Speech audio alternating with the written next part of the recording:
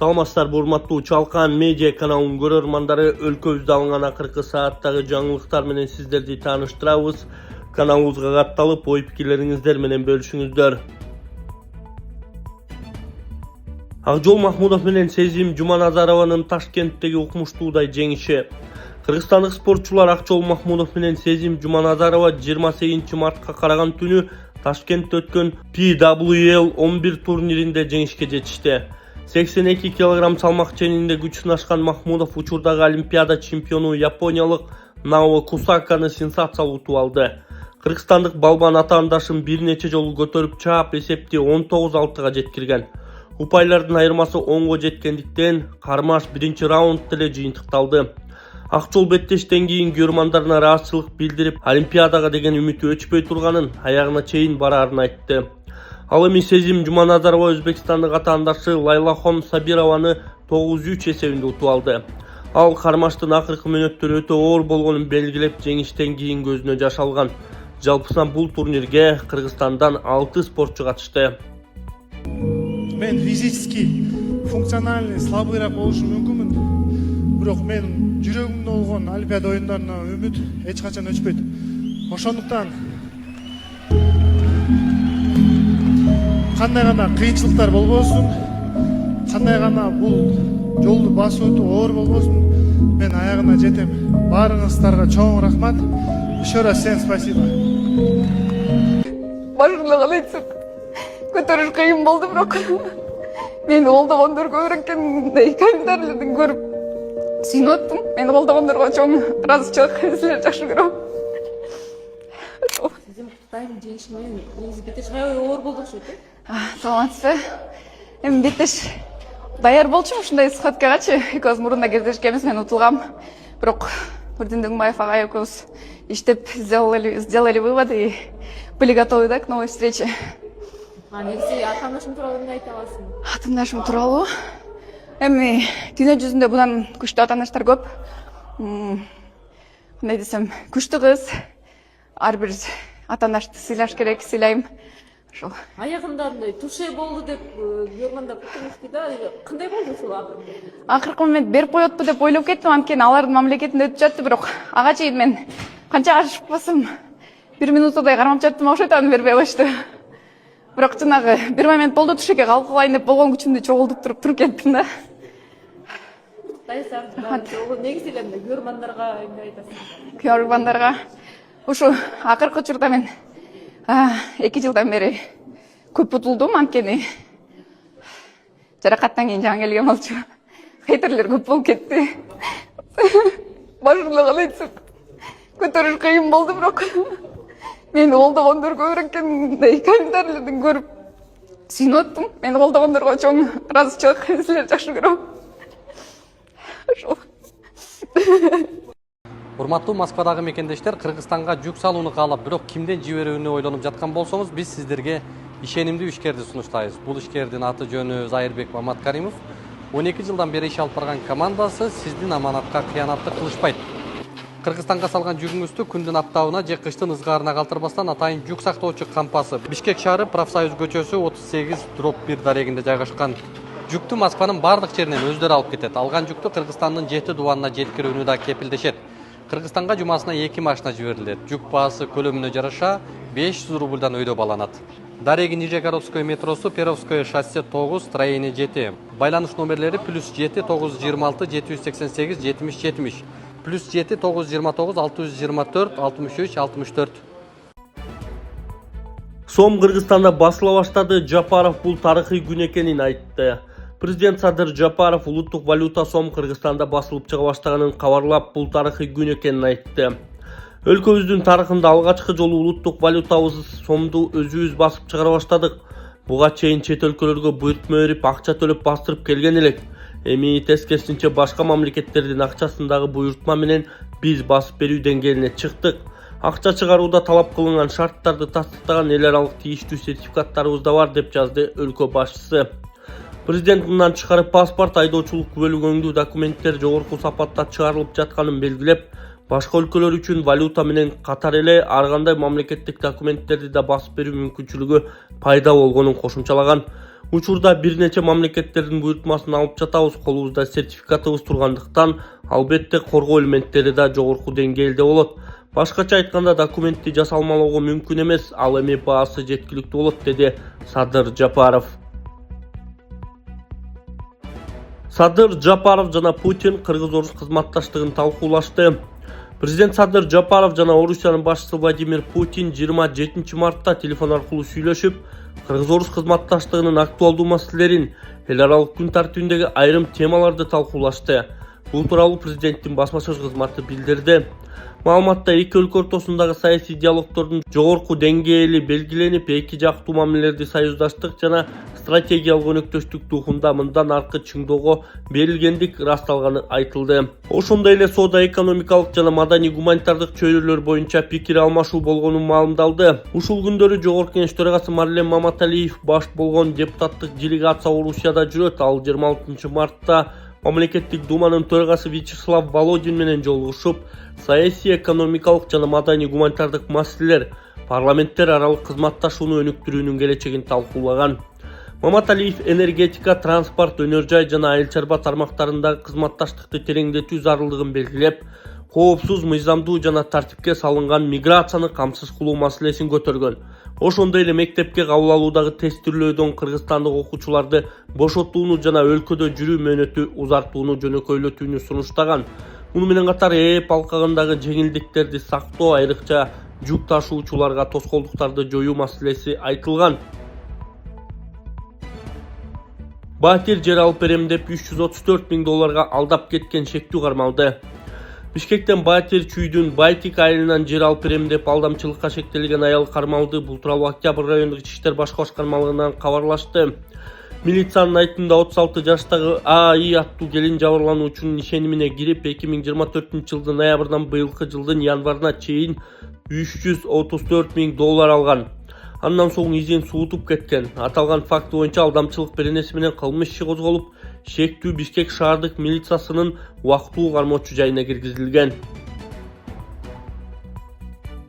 Министрлик быйыл балдар 1-класска гана кабыл алынаарын билдирди. Быйыл Кыргызстанда мектеп босогосун аттай турган балдар 1-класска гана кабыл алынат. Бул тууралуу агартуу министринин орун басары Надира Жусупбекова 27 мартта маалымдады. Анын айтымында былтыр билим берүү системасын трансформациялоого байланыштуу балдар төрөлгөн жылына карап 1-2 класска кабыл алынган. 12 жылдык окуу системасына өтүп жатканыбызга байланыштуу бир жолку гана балдарды дароо 1-2 класска кабыл алдык. Быйыл андай муктаждык жок. Мындан ары мурдагыдай эле балдарды 1-класска эле кабыл алабыз, деди министрдин орун басары. Агартуу министрлиги 25 мартта бекиткен жобого ылайык быйылкы окуу жылында 1-класска 2019 жылдын 1 январынан 31 декабрына чейин, 2020 жылдын 1 январынан 31 декабрына чейин туулган балдар кабыл алынат. 8 жаштан улуу, ошондой эле өздүгү тастыктаган документти же ата-энеси мыйзамдуу өкүлү жок балдар мектепке балдар маселеси боюнча комиссиянын чечими менен кабыл алынат. Баланы 1-класска мектепке кабыл алуу анын ата-энесинин мыйзамдуу өкүлүнүн арыздын негизинде электрондук жазуу кызматы же бир мектеп чекит эду, чекит гов, чекит kg платформасы, ошондой эле түндүк жана башка мобилдик тиркемелер аркылуу өлкөнүн баардык аймактарында 2 баскычта жүргүзүлөт. Биринчи баскычта балдар мектепке туруктуу катталган жери боюнча алынат. Экинчи баскычта жашаган аймакта бош орун бар мектептерге кабыл алынат. Биринчи баскыч 1 апрелден башталат, экинчи баскыч 1 июньдан тарта жүрөт. Бала 1-класска кабыл алынган кезде мектепке анын билим текшерүүгө укугу жок. Баланын билимин аныктоочу тест, сынак, аңгемелешүү жана башка жүргүзүүгө тыюу салынат. Былтыр 12 жылдык билим берүү системасына байланыштуу айрым балдар туулган жылына карап дароо эле 2-класска отурган. Кыргызстанда 2,5 миңдей мектеп бар, анда 80 миңден ашык мугалим иштейт, 1 миллиондон ашуун бала окуйт.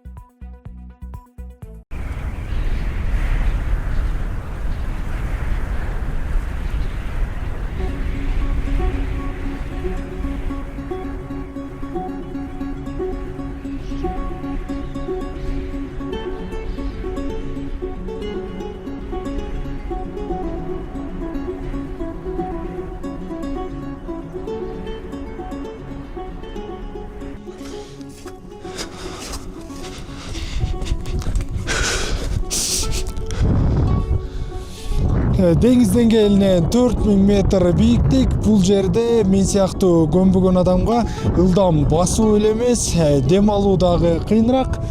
Бир караган адамга бул жер кадимки эле чоң карьердей көрүнүшү мүмкүн, а чындыгында бул жер өлкө экономикасынын маанилүү бир бөлүгү, миңдеген адамдардын эмгеги, анан дагы эң негизгиси жаратылышка болгон жоопкерчилик.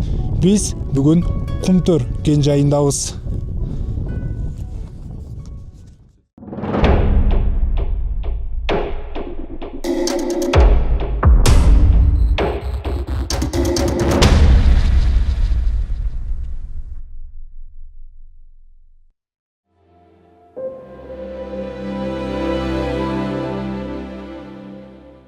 Кумтөр Кыргызстандын эң ири алтын кендеринин бири жана ошол эле учурда мөңгүлөрдүн арасында жайгашкан уникалдуу экосистема. Бул кенде жыл сайын орто эсеп менен 10-15 тонна алтын өндүрүлүп, өлкө бюджетине ондогон миллиард сом киреше түшөт. Ишкана мамлекеттин карамагына өткөндөн кийин аны иштетүүгө жана өнүктүрүүгө болгон мамиле түп тамырынан өзгөрдү. Бүгүнкү күндө экологиялык коопсуздук эң алдыңкы планга чыкты.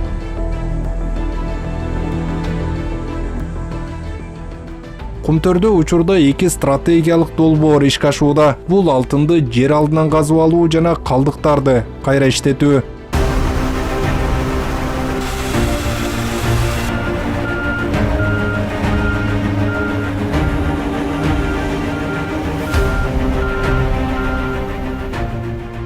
Кумтөрдө азыр негизги максат көбүрөөк казуу эмес, азыраак зыян келтирүү. Бул багыттагы иштердин эң маанилүүсү ишкананын алтынды казуу ыкмасын өзгөрткөнү болду. Азыркы учурда ишкана ачык ыкма менен эмес, жер астынан казууга ыктап жаткан убагы, ал үчүн дал ушундай 2700 метрден ашык өтмө казма же болбосо бул жактагылардын тили менен айтканда штольня курулуп, жумуштардын бардыгы ушул жерде жүрүүдө.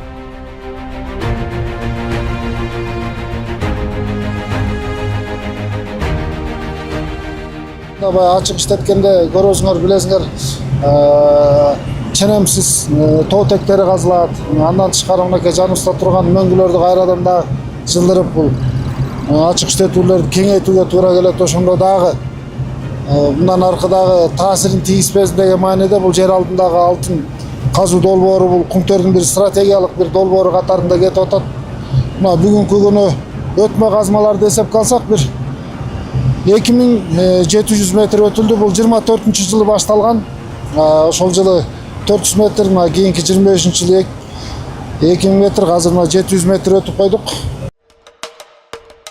Мурда алтын үчүн тоолор жардырылып, казылса, азыр экологияны, мөңгүлөрдү сактап калуу биринчи орунда. Жер астынан казуу долбоору 17 жылга эсептелип, 147 тонна алтын мамлекеттик баланска коюлган. Ал эми кошумча чалгындоо иштеринин жыйынтыгында алтындын жалпы кору 200 тоннага да жакындашы мүмкүн.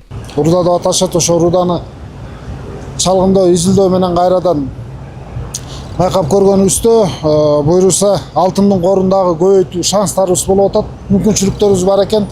Мындайча айтканда бир 200 тоннадан ашыгыраак болот. Мүмкүн дагы изилдесек бир 250ге жетиши мүмкүн. Бул эмне деген? Бул деген биздин биринчи планыбыз боюнча 2041-жылга чейин иштейт деген план эле. Эми экинчи жанагы кордун көбөйүшү менен бул 2050-жылга чейин жетет да. Кумтөр ишканасы 2025-жылы мыкты жыйынтыктарга жетишти. Жер алдынан 2700 метрге жакын өтмө казылып, айрым кен катмарларын иштетүү боюнча керектүү техникалык долбоорлор даярдалды. Ошол эле учурда мурдагыдай эле ачык ыкма менен казуу иштери да уланууда. Бул өндүрүш токтобой, туруктуу иштеп турушун камсыздап жатат. Кумтөрдө дагы бир чоң маселе бар. Ишкананы чет элдик компания иштеткен жылдары бул жерде 166 миллион тонна калдык топтолгон. Мунун ичинде 133 тоннадай алтын бар. Бүгүнкү күндө биздин калдыктарды кайра иштетүү долбоорубуздун буйруса финалдык этабына чыгып баратабыз. Мурда жөн гана топтолуп келген бул калдыктар эми кайра иштетиле баштайт. Негизги максат жылдар бою топтолгон тоокелдиктерди азайтып, аймакты коопсуз кылуу. Бул КМШдагы эң ири жана уникалдуу долбоорлордун бири. Бул иштер Кумтөрдө чоң өзгөрүү жүрүп жатканын даана көрсөтөт. Себеби Кумтөр азыр мурдагыдай зыяндуу калдыктарды топтой бербестен тазалоо жана калыбына келтирүү жолуна өткөнү жатат. Калдыктарды кайра иштетүү долбоорун иш жүзүнө ашыруу учурунда биз эл аралык алдыңкы компаниялардын изилдөөлөрүн, көрсөтмөлөрүн колдонуп ишке ашырганын турабыз. Мына өзүңөр көрүп тургандай ошол көрсөткүчтөрдү, ошол параметрлерди тастыкташ үчүн жарым өнөр жай орнотпосуна алып келип, азыр сынактарды жүргүзүп атабыз.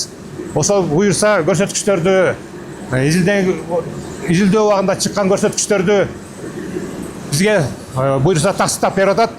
Ошентип Кумтөр азыр чоң долбоорду баштаган турат. Дал ушул жерде жылына 12 миллион тоннага чейин калдыктарды кайра иштете турган ири комплекстин курулушу башталды. Учурда өзүңүздөр көрүп тургандай жеринде 100дөн ашык атайын техника иштеп, жерди даярдоо иштери кызуу жүрүп жатат.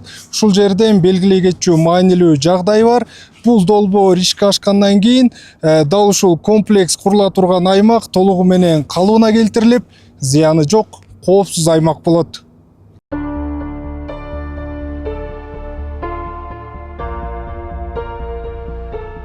Биз үчүн эң негизги максатыбыз алдыда турган бул экологиялык жүктү азайтуу, келечек муундарга кайра калыбына келтирген айлана чөйрөнү калтырып кетүү. Бул долбоордун иштөө мөөнөтү 16 жылга болжол менен белгиленип турат. Бардык чечимдер алдыңкы технологиялык ыкмаларга колдонуп, ошолордун негизинде болуп атат. Кумтөрдө жер астынан алтын казуу долбоору. Бул айлана чөйрөнү бүгүнкү күнгө чейин сакталбай калган мөңгүлөрдү сактап калуудагы эң маанилүү кадам экенин президент Садыр Жапаров дагы айткан. Ал өз сөзүндө Кумтөр дагы 40-50 жыл эл үчүн кызмат кылаарын дагы билдирген. Баарынан дагы жер астынан алтын казуу долбоору бош тоотектердин ченемсиз казылышына бөгөт коет. Ачык карьердик ыкма менен казып алууда 1 тонна баалуу урудан алыш үчүн 60 тоннага чейин бош тоотекти казууга туура келет. Бул дүйнөлүк ченем менен алганда абдан көп. Албетте, Кумтөрдө жер асты менен бирге мурда казылып келген карьерлерден ачык ыкма менен дагы алтын өндүрүлө берет. Бирок акырындык менен жер астынан алтын казуу долбооруна артыкчылык берилет. Буюрса, Кумтөрдүн келечеги алдыда дагы 40-50 жыл өлкө кызыкчылыгы үчүн, элдин кызыкчылыгы үчүн иштей берет.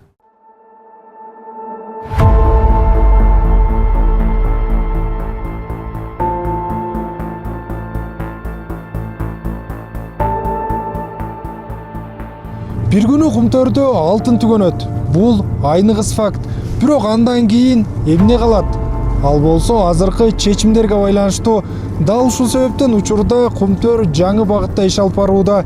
Экология маселеси биринчи орунда, мөңгүлөрдү сактап калуу, калдыктарды кайра иштетүү жана аймакты таза сактоо негизги багыт. Андан кийин гана экономика алтындын көлөмү турарын өз көзүбүз менен көрүп, жетекчилердин өз оозунан угуп чыктык. Алтынды жер астынан казып алуу жана калдыктарды кайра иштетүү бул Кумтөрдүн катардагы эле долбоорлор эмес. Бул аталган ишкананын жаңы стратегиясы. Башкача айтканда, жаратылышты сактап, ага зыян келтирбестен иш кылуу, өнүгүп өсүү мүмкүн экенин көрсөткөн модель. Автандил Бактыбеков, Бекзат Машрапов, ЛТР, Ысык Көл облусунан.